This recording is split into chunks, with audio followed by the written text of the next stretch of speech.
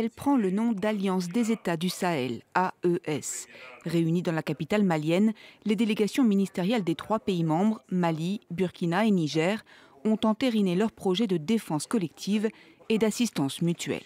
Les parties contractantes œuvreront à la prévention, la gestion et au règlement de toute rébellion armée ou autre menace portant atteinte à l'intégrité du territoire et à la souveraineté de chacun des pays membres de l'Alliance, en privilégiant les voies pacifiques et diplomatiques et en cas de nécessité à user de la force.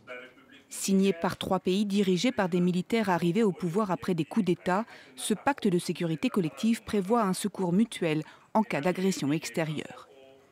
Il intervient alors que la CEDEAO a récemment brandi à plusieurs reprises la menace d'une intervention armée au Niger.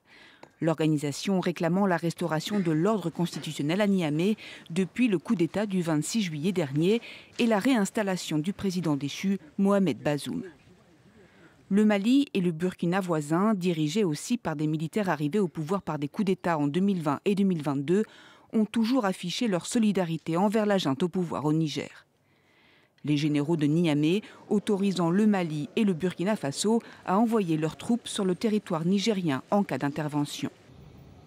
Autre ambition affichée de l'Alliance, la lutte contre le terrorisme qui ravage depuis des années cette région frontalière du Mali, du Burkina Faso et du Niger.